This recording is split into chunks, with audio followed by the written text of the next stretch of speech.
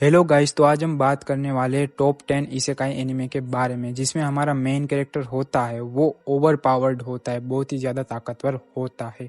इस anime list में मैंने काफ़ी यहाँ पे मैं बेस्ट इसेकाई एनिमे की बात नहीं कर रहा हूँ, ओनली इसेकाई एनिमे की बात करने वाले। तो काफ़ी इसमें जो बड़े बड़े बेस्ट जो टॉप एनिमे है इसेकाई वाले वो नहीं शामिल है। तो आप ऑफेंड मत हो जाना, क्योंकि उन सब को हम आगे जाके उन सब के रिव्यू देने वाले हैं, उन सबको वीडियो में ऐड करने वाले। तो बेफिक्र रहिए। जैसे कि आपको पता ही होगा, इसी का एनिमे की बात आती है तो रिमरू टेम्पस की कौन नहीं जानता, सब उसको जानते हैं। उन सब का रिव्यू हम आगे जाके देंगे। ये अभी सिर्फ नॉर्मल वीडियो है एक, जो आप देख सकते हो। लेकिन इसमें जो नंबर 1 पे जो एनिमे है वो सबसे मेरा ऑल टाइम फेवरेट है, और वो इसेकाई एनिमे के अंदर भी ऑलमोस्ट टॉप में आता है। और जिन लोगों को इसेकाई का मतलब नहीं पता उनको मैं बता देता हूँ। इसेकाई का मतलब ये होता है कि दूसरी दुनिया, मैजिक फैंटेसी दुनिया, जहाँ पे हमारा मेन कैरेक्टर होता है वो दूसरी अनदर वर्ल्ड में, मैजिक फैंटेसी वर्ल्ड में चला जाता है, उसको इसेकाई बोलते हैं। और इसमें मैंने रेटिंग्स भी दी है। तो रेटिंग्स जो है वो जो सबसे बेस्ट वेबसाइट है एनिमे की, जिसका नाम है माई एनिमे लिस्ट, उसमें से मैंने रेटिंग दी है। तो आप बिल्कुल होनेस्ट रेटिंग होगी, जहाँ पे सब व्यूअर्स आके रेटिंग देते हैं। Number 10 black Sumner. इसमें हमारा मेन कैरेक्टर होता है, उसका नाम केल्विन होता है, और उसको दूसरे वर्ल्ड में समन अचानक वो हो जाता है, और वहां पे आके उसको पता चलता है कि उसकी सारी जो पास्ट लाइफ की जो मेमोरी थी वो पूरी तरह से चली गई है। और फिर उसके बाद उसको पता चलता है कि वो जो उसकी मेमोरी गई है वो उसने खुद अपनी विलिंगली मेमोरी गवाई है, ताकि उसको पावर मिल सके, उसको पावरफुल बनना था इसीलिए। और हमारे लोंडे को गॉडेस ऑफ रीइंकार्नेशन होती है, उससे प्यार हो जाता है उसकी प्रीवियस लाइफ में, और इस बंदे ने उसको पूछा होता है कि उसको उसका सर्वेंट बनना है। और ये भी एक हैरम टाइप का शो है। लेकिन जिन लोगों को OP main character, over powered main character पसंद है, जिसमें मेन कैरेक्टर काफी ओवर पावर्ड हो, वो लोग इसको डेफिनेटली चेकआउट कर सकते हो, क्योंकि इसमें जो मेन कैरेक्टर होता है उसको ओवर पावर्ड दिखाया गया है। कैरेक्टर डेवलपमेंट इतना अच्छा नहीं किया गया है, बट आप फिर भी इसको चेकआउट कर सकते हो जिसको ओवर पावर्ड मेन कैरेक्टर पसंद है। नंबर 9 माई इसेकाई लाइफ। ऑब्वियसली हम इसेकाई एनिमे की बात कर रहे हैं, तो हमारा जो मेन लोंडा होता है उसका नाम होता है यूजी, और वो नॉर्मल वर्कर होता है अपनी लाइफ में, और उसको एक फैंटेसी वर्ल्ड में समन किया जाता है, और वहाँ पे उसको एज ए मॉन्स्टर टेमर वो बन जाता है। तो वहाँ पे वो कुछ स्लाइम्स होते हैं उनको टेम करता है, फिर वो स्लाइम होते हैं वो आगे जाके उसको मतलब नॉलेज देते हैं, काफी कुछ नॉलेज। उसके बाद वो जो अपना मेन कैरेक्टर ये जो यूजी होता है वो बहुत ही पावरफुल, मतलब बहुत ही ज्यादा पावरफुल सेज बन जाता है, मैजिक करने वाला।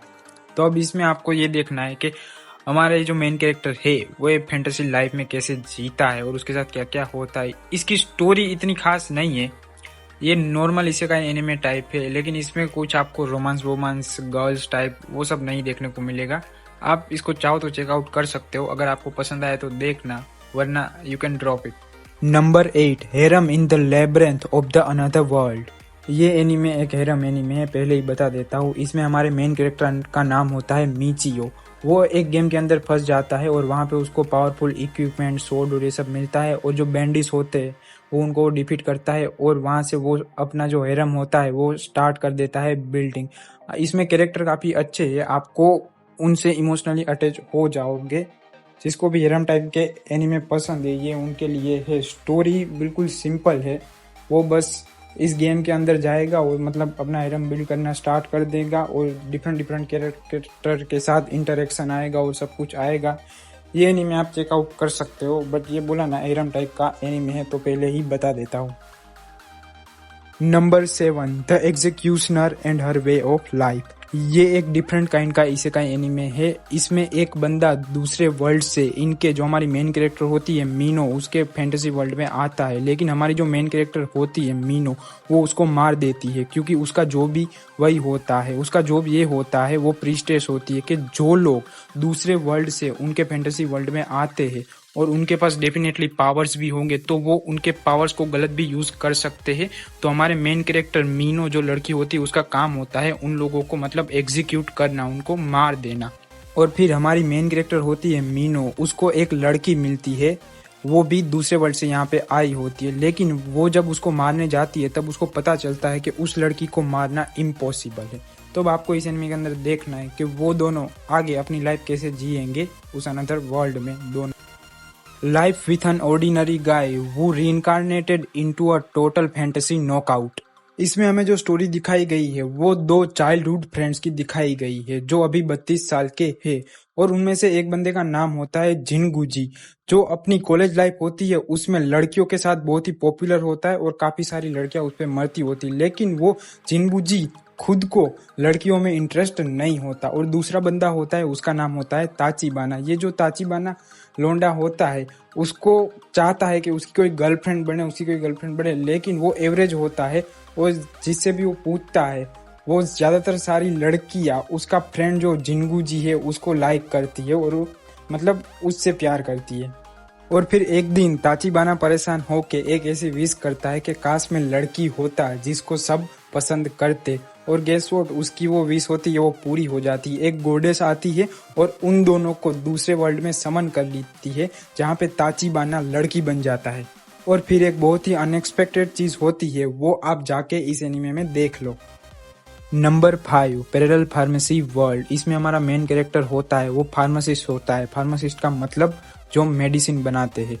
उसका नाम होता है कांजी, और उसकी बहन को ब्रेन में ट्यूमर होता है। तो उसका इलाज ढूंढने के लिए हमारा जो ये मेन कैरेक्टर होता है वो दिन रात एक कर देता है और उसका इलाज ढूंढने के लिए, उसकी मेडिसिन ढूंढने के लिए बहुत ट्राई करता है।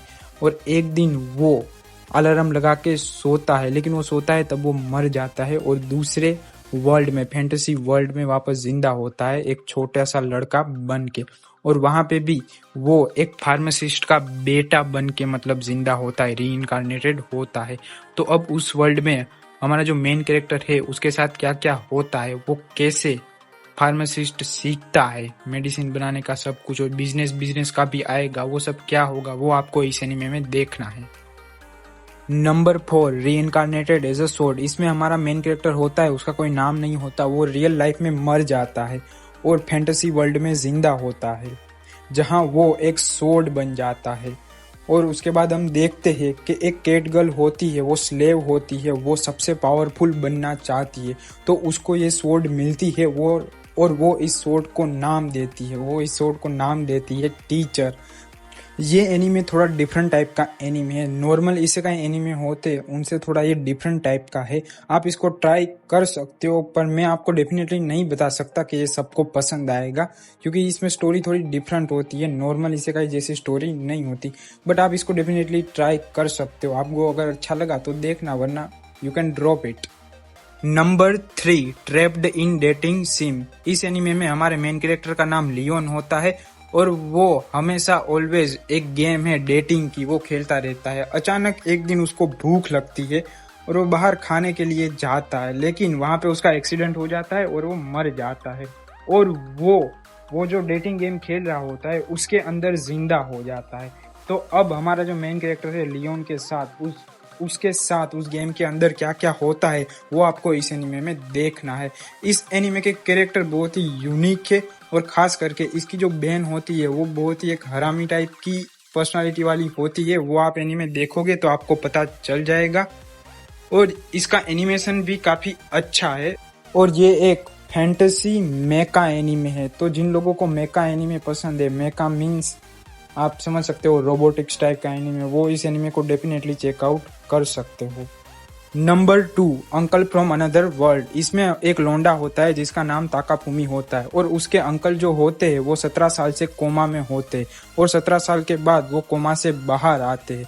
तो वो ताकाफुमी को बताते हैं कि वो 17 साल तक एक मैजिक फैंटेसी वर्ल्ड होता है उसमें जी रहे थे, लेकिन ऑब्वियसली ताकाफुमी उन पे बिलीव नहीं करता। लेकिन उसके बाद उसके जो अंकल होते उसके अंदर काफी सारी डिफरेंट मैजिकल पावर आ जाती है, जैसे वो सुपरमैन से भी ज्यादा तेज उड़ने लगते हैं, कहीं से भी मतलब तलवारें निकाल देते हैं हवा में से, और काफी कुछ ऐसा। ये वो ताकाफुमी को दिखाते हैं, उसके बाद ताकाफुमी को यकीन होता है। फिर ताकाफुमी एक आइडिया निकालता है, वो यूट्यूब चैनल बनाता है अपने अंकल के साथ, और वो दोनों मिलके वो यूट्यूब चैनल को हैंडल करते हैं। और यूट्यूब चैनल का आपको पता ही है, उसमें आपको 1000 सब्सक्राइबर और 4000 वॉच टाइम होता है, वो कंप्लीट करने होते हैं। तो ये इस कहानी में आपको ये देखना है कि ये दोनों का सफर आगे कैसे कटेगा, ये लोग अपनी यूट्यूब चैनल कैसे ग्रो करेंगे। इस एनीमे का मेन पॉइंट है इसकी स्टोरी बहुत अच्छी है, तो आप डेफिनेटली इसको देख सकते हो। Next number 1 my all time favourite the eminence in shadow. इस एनीमे में हमारा मेन कैरेक्टर होता है, उसको सुपर पावर वाला सुपर हीरो बनना होता है जो रियल लाइफ में पॉसिबल नहीं होता, क्योंकि ह्यूमन वर्ल्ड के अंदर मैजिक एग्जिस्ट नहीं करता। तो अचानक एक दिन इसका एक्सीडेंट होता है और ये मर जाता है और फैंटेसी दुनिया में ये पैदा होता है as a new born baby. वहाँ पे मैजिक और सब कुछ एग्जिस्ट करता है। तो इस एनीमे के अंदर हमें ये देखना है कि क्या हमारे मेन कैरेक्टर का जो ड्रीम है एक सुपर हीरो बनना, सुपर पावर वाला, वो बन पाएगा या नहीं, इसमें आपको ये देखना है। और ये एनीमे एक मस्ट वॉच एनीमे है। उसका पहला रीज़न, इसका एनिमेशन A1 क्वालिटी का गॉड लेवल इसका एनिमेशन है। दूसरा, इसकी स्टोरी भी बहुत अच्छी है। तीसरा, इसके साइड कैरेक्टर्स ऑलमोस्ट सभी बहुत अच्छे हैं। और मेन कैरेक्टर में ऐसा दिखाया गया है कि मेन कैरेक्टर अपने आप को रियल लाइफ में ऐसा वीक, सबके सामने वीक ऐसा वो एक्ट करता है, लेकिन एक्चुअली में वो उस वर्ल्ड का सबसे स्ट्रोंगेस्ट बंदा होता है। तो बिना किसी देरी के जिसने भी ये एनीमे अब तक नहीं देखा उसको मैं रिक्वेस्ट करता हूँ अभी जाके ये एनीमे देखना स्टार्ट कर दो। और इसका सबसे मेन जो चैंट आता है, आई एम एटॉमिक, वो जब आप देखोगे तब आप ऑलमोस्ट सब कुछ भूल जाओगे।